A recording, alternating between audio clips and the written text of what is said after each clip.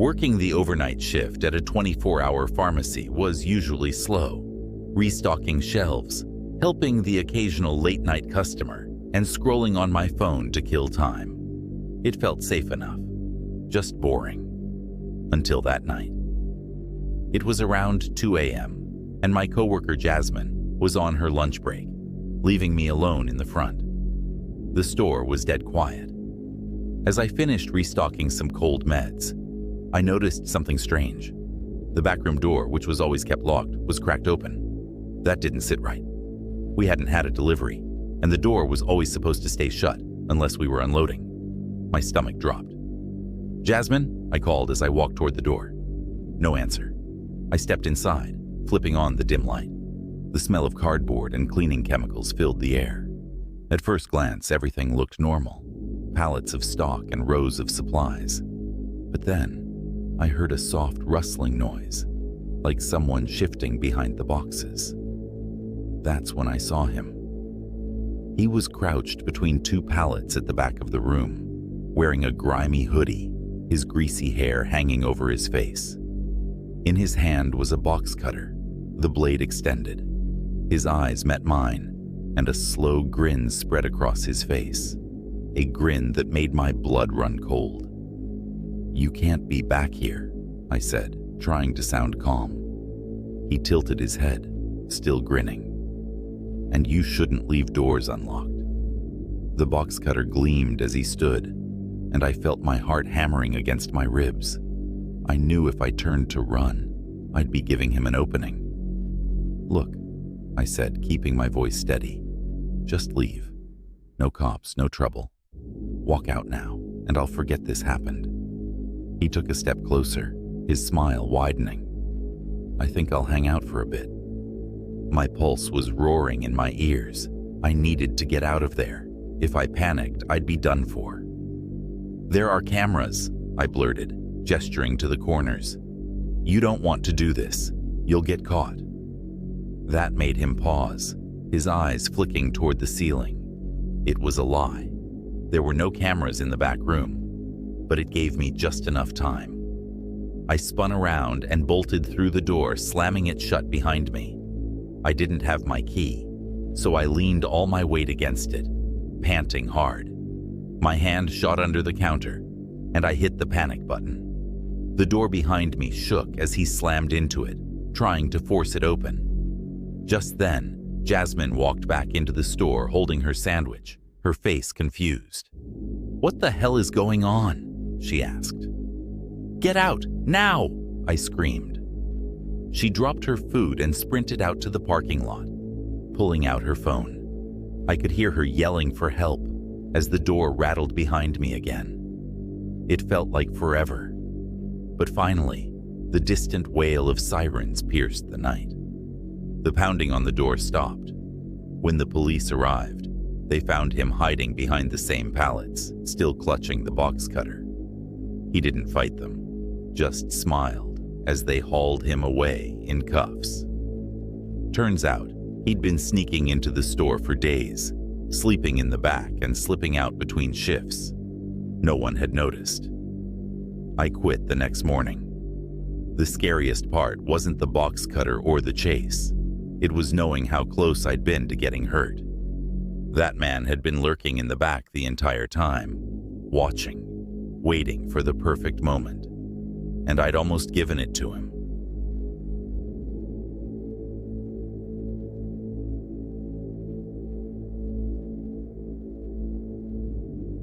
I worked the overnight shift at a small-town gas station on the edge of a highway. Most nights were uneventful, just long stretches of boredom, broken up by the occasional trucker or someone grabbing smokes. It wasn't the best job, but it paid the bills. I figured the worst thing I'd deal with was drunks or shoplifters. I was wrong. It was a Tuesday, around 2:45 a.m., when the door chimed. I looked up from my phone and saw a guy walk in. He wore a dark hoodie with the hood pulled low over his face and dirty jeans that looked like they hadn't been washed in weeks. I gave him a quick nod and kept my eye on him. Something about the way he moved put me on edge. Too deliberate, like he had all the time in the world. "Help you find anything?" I asked, trying to sound friendly. "Just looking," he muttered, without making eye contact. I watched as he wandered the aisles, stopping now and then to pick things up and put them back down. He didn't grab a basket or anything. He wasn't shopping.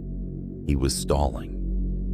A few minutes later, another man came in. This one was shorter, with a beanie pulled down to his eyebrows. He glanced around the store quickly, like he was checking for cameras. Now my gut was screaming. This wasn't random. They were working together. I moved a little closer to the counter, where we kept the panic button. The guy in the hoodie finally approached the register, holding a bottle of soda. I rang him up, hoping this was just in my head, that they were just weird customers and nothing more. "That'll be $2, I said. That's when everything went south. The second guy, the one in the beanie, appeared at my side out of nowhere. Before I could react, he pulled a knife from his pocket, a long serrated blade, and held it low, close to my side, just out of sight of the window. "Open the register," he whispered. My heart started pounding so hard, I could feel it in my throat. The store was dead, no cars in the lot, and the highway was quiet. No one was coming to help me. I raised my hands slowly, trying not to make any sudden movements. "All right, man, take it easy." He nudged the knife against my ribs, not hard, but just enough to let me know he was serious. "Open the register." With shaking hands, I punched in the code and popped it open. The guy in the hoodie leaned over and started stuffing cash into his pockets. Small bills mostly. The whole time, the knife stayed pressed against my side. I could feel sweat trickling down my back. I had to stay calm. If I panicked, things could get ugly fast. "You got cameras here?" the guy with the knife asked, his voice low and cold. "Yeah," I lied. "2 of them. One in the corner and one in the back." It was a bluff. We didn't have cameras, just some old busted housings that the owner never replaced, but it seemed to make them nervous. The guy in the hoodie looked over his shoulder toward the door. "Hurry up," the one with the knife said. I kept my eyes on the door, praying that someone would pull into the lot. Anyone. But it stayed empty. The guy in the hoodie finished grabbing the cash and stuffed the soda bottle under his arm. "Let's go," he said to his partner. For a second, I thought it was over, that they'd take the money and leave. But then the guy with the knife leaned in closer, his voice a whisper in my ear. "If you call anyone, I'll know," he said, pressing the blade just a little harder into my side. "Understand?" I nodded quickly, my throat too dry to speak. They backed toward the door, still watching me, like they thought I might try something. Then, just as fast as they came, they slipped out into the night. I waited until the sound of their footsteps faded. Then I locked the door and hit the panic button under the counter. It took the cops nearly 20 minutes to show up. By then, the guys were long gone. I gave the officer the best description I could, but I knew it wouldn't help much. 2 guys in hoodies and beanies on a dark road at 3 a.m. They'd disappear without a trace. After that night, I couldn't work the graveyard shift anymore. I kept thinking about how easily things could have gone sideways, how one wrong move could have left me bleeding out on that dirty tile floor. It wasn't ghosts or monsters that scared me that night. It was 2 ordinary men with a knife and nothing to lose, and that's scarier than anything else in the world.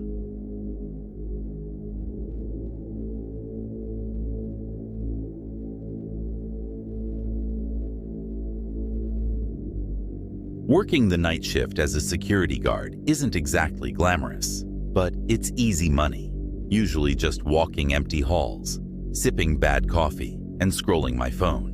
I was stationed at this old office building that was almost entirely shut down. Most of the floors were vacant since the company downsized, so it was just me, a bunch of locked rooms and flickering lights. My shift that night started at 10 p.m. The building was dead quiet as usual. I did my first walkthrough, checking the doors and stairwells. Everything was normal until I got to the second floor. As I walked past the reception desk, I heard what sounded like footsteps above me. I stopped in my tracks. The floor above was supposed to be empty, completely cleared out months ago. I stood still, listening. For a second, I thought it might have been the old HVAC system kicking in. But then the footsteps started again. Steady. Deliberate. They weren't random creaks or noises you could brush off. It sounded like someone pacing directly above me.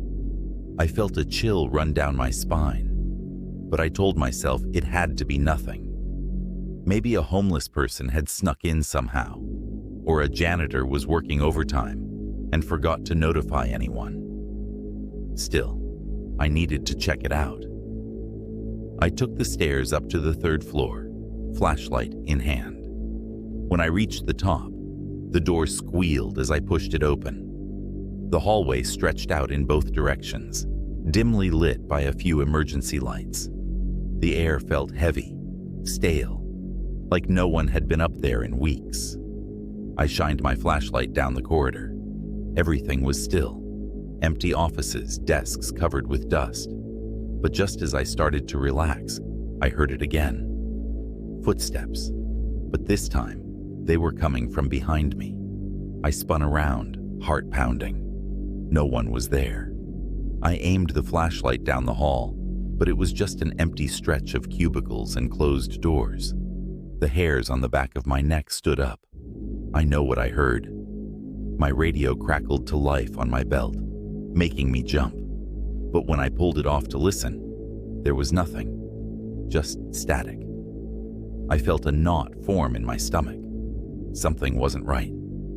Then, the footsteps started again, closer now, and slow, as if whoever it was wanted me to know they were there. I shined my flashlight toward the sound. Nothing. Just an empty hall, bathed in cold fluorescent light. I felt like I was losing it. My breathing quickened, and I could feel my pulse throbbing in my ears. Maybe I was overworked, tired.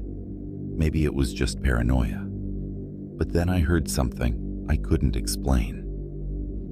A door latch, one of the office doors down the hall, clicked open. I stood frozen for a moment, adrenaline surging through me. I knew all those doors had been locked. No one should have been able to get inside without a key. "Security," I called out, trying to sound more confident than I felt. "If someone's in here, you need to leave. Now." Silence. I stepped closer to the door that had opened, my flashlight beam trembling in my hand. When I reached the doorframe, I hesitated. The door was ajar, just a crack. I pushed it open with the tip of my boot and shined my light inside. It was an empty conference room. Chairs were neatly arranged around a long table, and the windows were covered with dusty blinds. No sign of anyone. And then, right behind me, I heard the unmistakable sound of breathing. I whipped around, my flashlight beam cutting through the darkness, but there was no one there. Just an empty hallway. I could feel my heart slamming against my ribcage. My hands were slick with sweat, making it hard to keep a grip on the flashlight. I backed away slowly, not daring to turn my back on the hallway. Something felt off, like I wasn't alone. I made my way toward the stairwell, walking fast but trying not to break into a sprint. As I reached the stairs, I thought I heard someone whisper. It wasn't loud, just barely audible over the hum of the building, but it was clear. That was enough for me. I bolted down the stairs, taking 2 steps at a time, heart racing. I didn't stop until I was out in the parking lot, the cold night air hitting me like a slap to the face. I stood there, panting, staring at the building. The windows stared back, dark and empty. as if nothing had happened. But I knew what I heard, and to this day, I can't explain it. I called my supervisor the next morning and told him I wouldn't be coming back. No way I was going back into that building alone. Some things, whether they're real or just in your head, aren't worth the paycheck.